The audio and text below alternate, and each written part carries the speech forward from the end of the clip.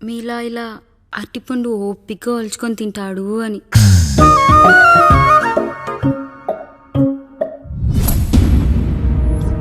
ఏంటవి? అవేంటో తెలీదా? ఫ్రెండ్స్కి పెళ్ళని చెప్తే హ్యాపీ బర్త్డే అనుకొని బెలూన్స్ ఇచ్చారు. ఫీల్ అవుతారు కదా అని 4 అక్కడ కట్టాను.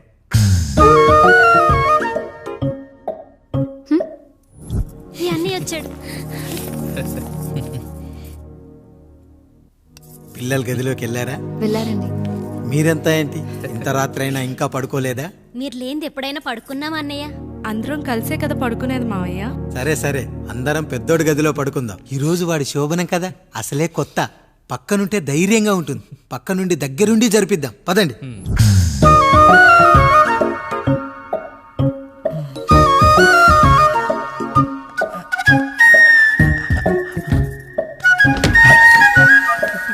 కానివ్వండి రా, కానివ్వండి కానివ్వండి. మీరేంటి మావయ్య ఇక్కడ పడుకుంటున్నారు? అదేంటమ్మా పెద్దోడా, చెప్పలేదా? మేమంతా కలిసే పడుకుంటామమ్మా. నువ్వు మాతో పాటే. అవును భార్గవి. మీరు ఊరుకోండి. మీరు ఇక్కడ పడుకోవడం నాకు ఇష్టం లేదు మావయ్య.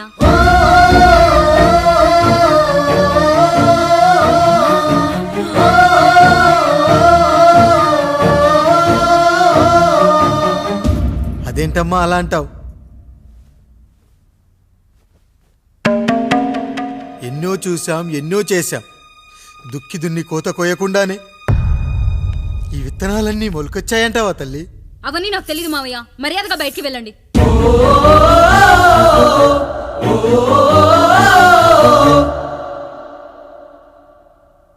కనీసం ఆ మూలనైనా పడుకుంటామమ్మా.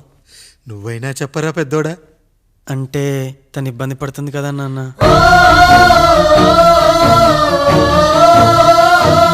నువ్వు కూడా ఏంట్రా? పిల్లలేదో ఆశపడుతున్నారమ్మా. ఒక్కసారి ఆలోచించమ్మా. మావయ్య మీరు బయటికి వెళ్తే మేము తలుపులేస్తాం.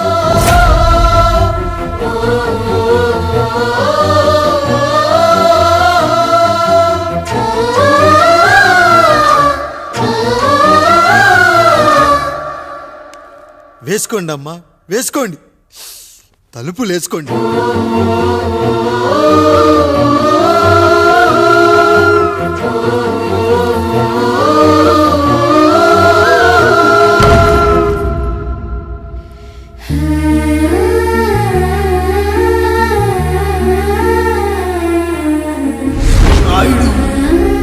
బిడ్డలు జాగ్రత్త. ఈ రోజు నుంచి వీళ్ళంతా నీ తమ్ముళ్ళు చెల్లెళ్ళు కాదు, నీ బిడ్డలు.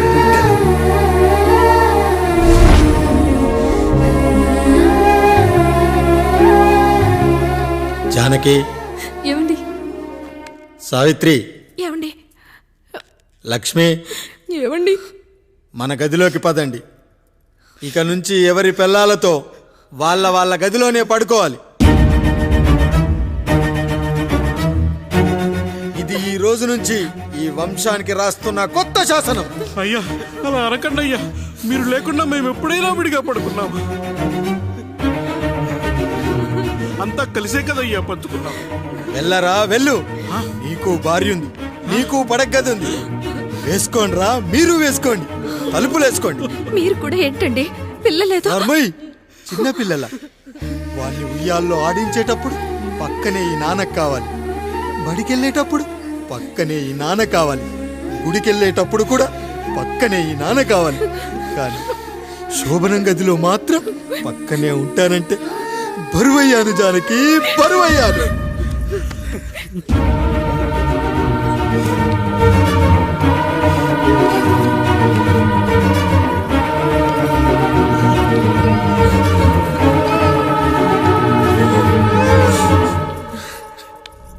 ఏంటండి ఇంకా అదే ఆలోచిస్తున్నారా? ఎలా మర్చిపోగలను లక్ష్మి? జరిగింది ఏదో జరిగిపోయింది. మీరు బాధపడకండి. ఎంత మాట అన్నాడో చూసావా? నా భార్య ఇబ్బంది పడుతుంది, బయటికెళ్ళండి నాన్న అన్నాడు. వాణ్ణి ఎలా పెంచాను? చదువుకుంటే పై చదువులకు వాడు వేరే ఊరు వెళ్లాల్సి వస్తుందని చదివే మాన్పించేశాను. జ్వరం వస్తే ఆ మాత్రలు చేదుగా ఉంటాయని నేనే మింగాను. నోరు తెరిచి అమ్మ కావాలన్నప్పుడల్లా ఎంతమంది అమ్మల్ని ఇచ్చాను. నాన్న అన్న ప్రతిసారి నాన్నల్ని ఇవ్వలేకపోయానని వాడికి నా మీద కోపమో ఏమో జానకి. నిజమేనండి, మనమంతా ఇలా లేమే. మన కుటుంబానికి దిష్టి తగిలింది. మా నాన్న మరణంతో ఆస్తిపోయి తమ్ముళ్ళతో నడి రోడ్డున పడ్డప్పుడు ఇలాంటి కష్టాన్ని మొదటిసారి అనుభవించాను. అయ్యా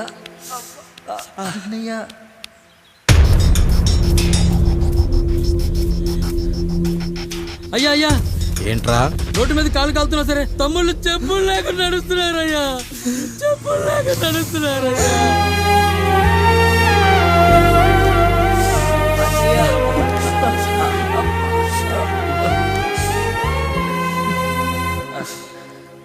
చెప్పులు లేకుండా నడుస్తుంటే కాళ్ళు కాలుతున్నాయట్రా.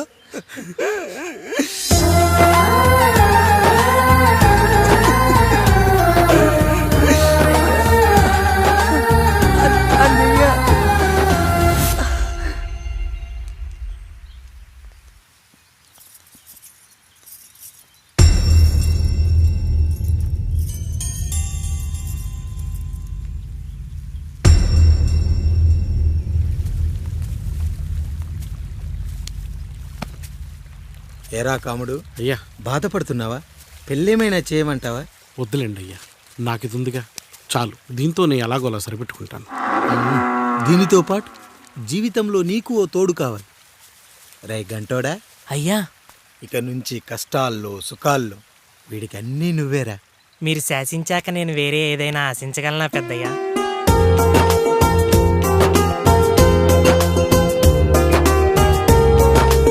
నీ గురించి కాదురా, మీ అక్కది చాలా గొప్ప మంచి మనసుని విన్నాను. ఈ కాముడికి ఆ రాముడి గుళ్ళో పెళ్లి చెయ్యి. అయ్యా, దాన్ని పెళ్లి చేసుకుంటే దాని భర్త చనిపోతాడని జాతకంలో ఉందయ్యా. మీరంతా కలకాలం ఉంటారంట్రా. వీడు పోతే నేను లేనా, చూసుకోలేనా? నువ్వు పెళ్లి చెయ్యి, పెళ్లి చేయరా.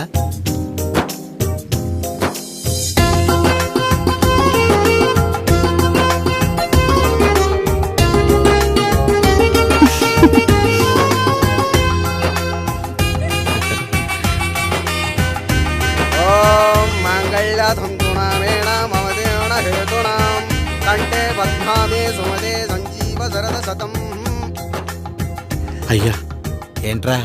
మీ చేత్తో నాకు దొంగగా జీవితాన్ని ఇచ్చారు, ఇప్పుడు ఒక భర్తగా భార్యనిచ్చారు. అదే బంగారు చేత్తో ఒక్క ముడివేసి పెట్టండి అయ్యా, మీ నీడను మేము చల్లగా ఉంటాం.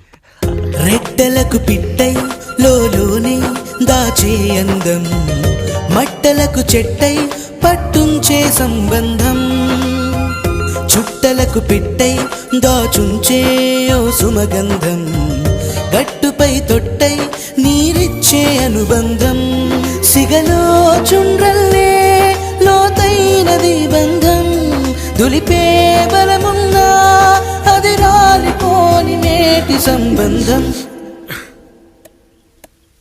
ఏంటి బుజ్జి, ఏమైంది? పండు, నీకు పెళ్లి చేసిన మరుక్షణం నీ భర్త చనిపోతాడని జాతకంలో ఉంటే ఆయన నన్ను నీకిచ్చి పెళ్లి చేశారు.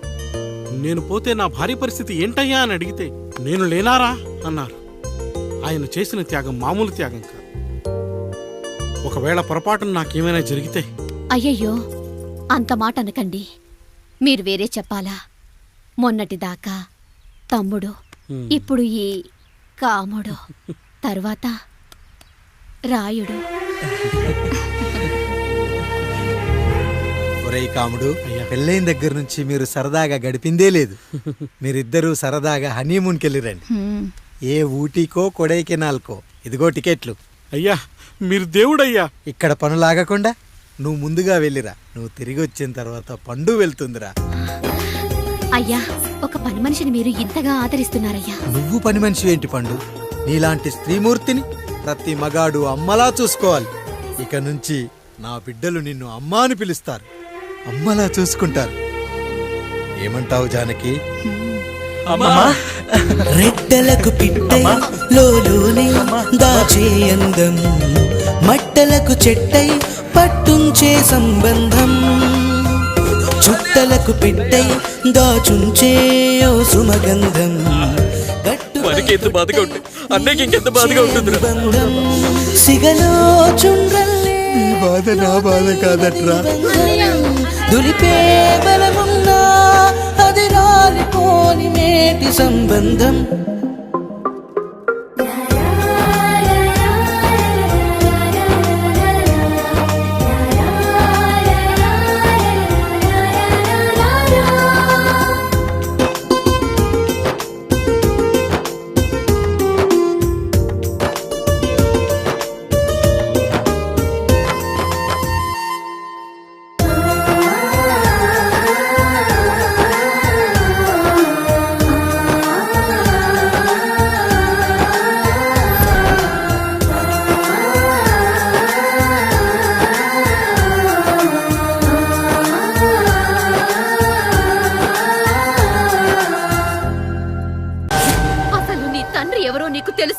తెలుసా?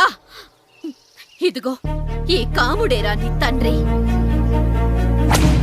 గేదె నల్లగా ఉన్నంత మాత్రాన పాలు తెల్లగా ఎలా ఉన్నాయనే కదరా నీ ప్రశ్న. దానికి సమాధానం చెప్పాలంటే ఒక వర్షం కురిసిన రాత్రి నేను 9వ నెల బాలింతగా ఉన్నప్పుడు. పండు పండు ఇదిగో. ఏమిటండి ఇది? నిద్రలేస్తే నేను, బయటికెళ్తే కంటోడు, పక్కకెళ్తే పాలేరు, ఎప్పుడూ తిరిగే తాయారు. రోజు మమ్మల్ని చూసి చూసి బిడ్డ కూడా చిట్టు మొహం వేసుకుని పుడతాడేమో అని భయంగా ఉంది. కడుపులో ఉన్నప్పుడు మనం ఎవరి మొహాలైతే చూస్తామో అచ్చం వారి పోలికలతోనే పుడతారంటారు. పొరపాటున నా పోలికలతో పుడితే? అదేంటి కాముడు, నీకేం తక్కువ? జుట్టు ఉండాల్సిన చోట లేకుండా అవసరం లేని చోట విపరీతంగా పెరిగిపోతుంది. మనకు పుట్టబోయే బిడ్డ గొప్ప అందగాడై ఉండాలి. ఇదిగో రోజు ఈ దేవుడి ఫోటోలు చూడు, వాళ్ళలాగే అందంగా పుడతాడు. కడుపుతో ఉన్నప్పుడు ఎవరి ఫోటో చూస్తే ఆ పోలికలతో బిడ్డ పుడతాడా? కనిపించని దేవుడి పోలికలు నా బిడ్డకెందుకు? ఈ ఊరికి దేవుడు రాయుడు. నా బిడ్డ ఆయనలాగే పుట్టాలి, ఆయనలాగే పుట్టాలి.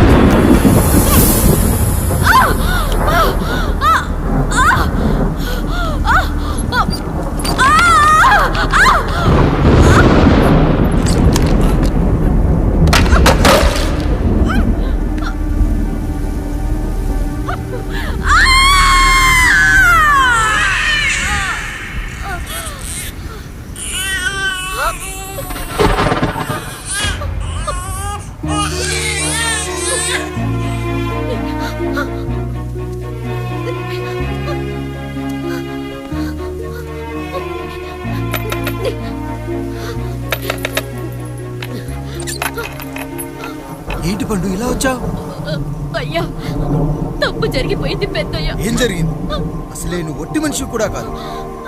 ఒక్కసారి ఇటు చూడండి అయ్యా.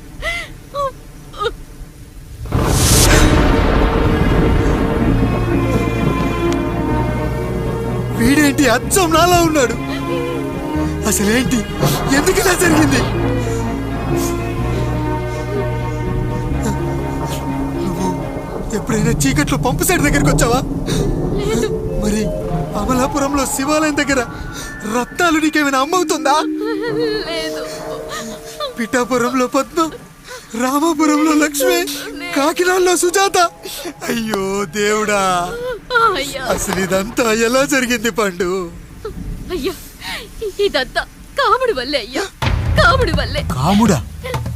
కాముడు కుటుంబానికి నాకు ఏం గుర్తు రావట్లేదే. ఎన్నని గుర్తు పెట్టుకోగలను నేను మాత్రం? అయ్యా, అది కాదయ్యా.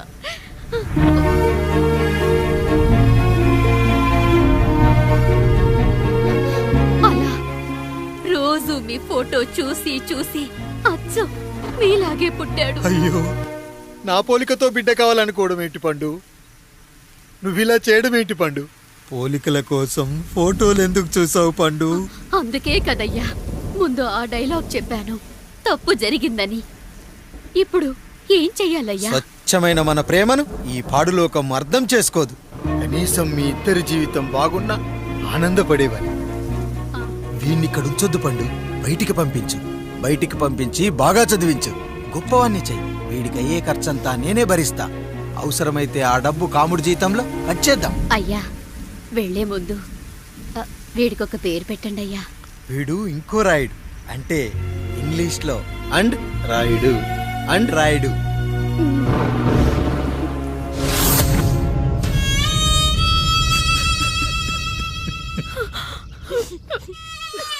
ఇది రా నీ కథ, నా గతం.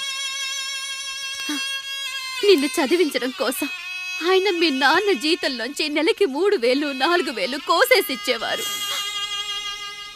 అప్పుడు ఆయన పడిన బాధ పగవాడు కూడా పడకూడదు. చూసావారా, దేవుడు లాంటి పెద్దయ్యని అనవసరంగా అనుమానించడం ఎంత పెద్ద తప్పు చేశావో అర్థమైందా? ఒకడు నిమ్మకాయ పెట్టి పసుపు వేసి ఉప్పు కలిపి పులిహోర చేయొచ్చు, కానీ ఆ పులిహోర ఎప్పటికీ దేవుడి ప్రసాదం. నువ్వు ఆ దేవుడి ప్రసాదం, ఇక ఆయనే మీ నాన్న. చూసావా అమ్మా, ఈ రోజు నుంచి నాకు 3 అమ్మలు 2 నాన్నలు. నీకు మాత్రం ఒక్కడే భర్త, నాన్నకు మాత్రం ఒక్కటే భార్య. మా నాయనే. అయ్యా, బిడ్డను ఒక్కసారి ఎత్తుకొని తిప్పండి అయ్యా. బాబు, నాన్నా,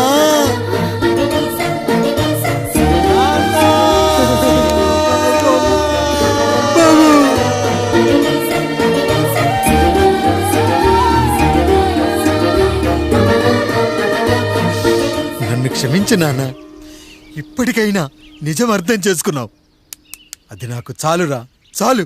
చాలదు నాన్న, నిన్ను ఏలెత్తి చూపిన జనంతో చెయ్యెత్తి దండం పెట్టించాలి. అన్నయ్య కంటే ఆస్తి ముఖ్యమనుకున్న మన కుటుంబానికి గుణపాఠం నేర్పించాలి. ఇక నాకు వదిలే నాన్న, నేను చూసుకుంటా.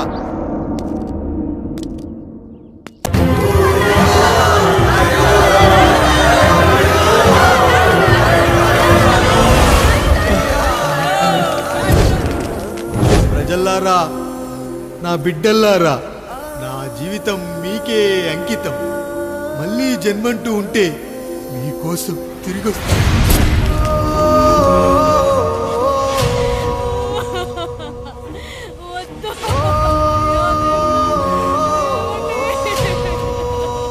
వద్దయ్యా, వద్దు, వద్దయ్యా, వద్దయ్యా.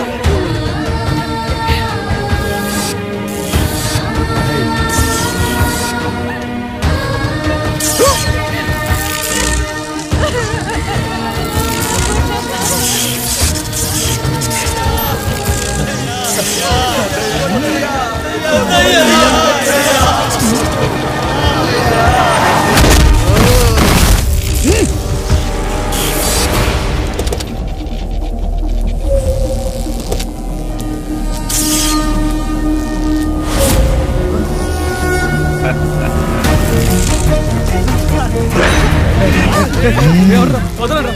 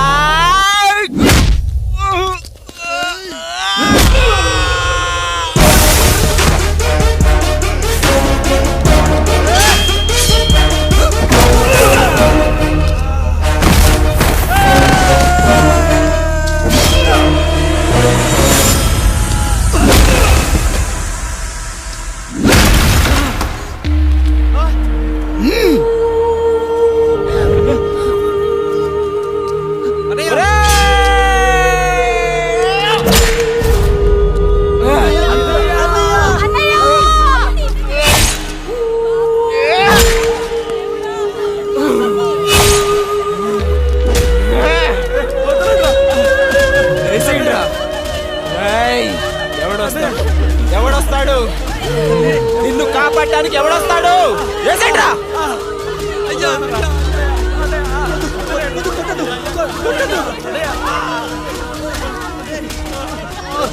కష్టం వస్తే ఒక్కసారి నాన్న అని పిలవరా, ఆ సమాధిలోంచైనా లేచొస్తా.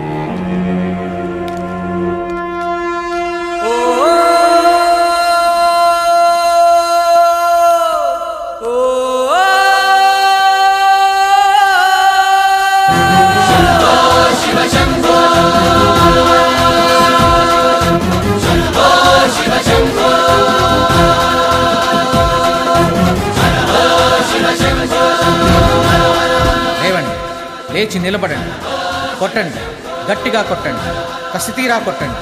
ఈ చిత్రంలోని నటులను సాంకేతిక నిపుణులు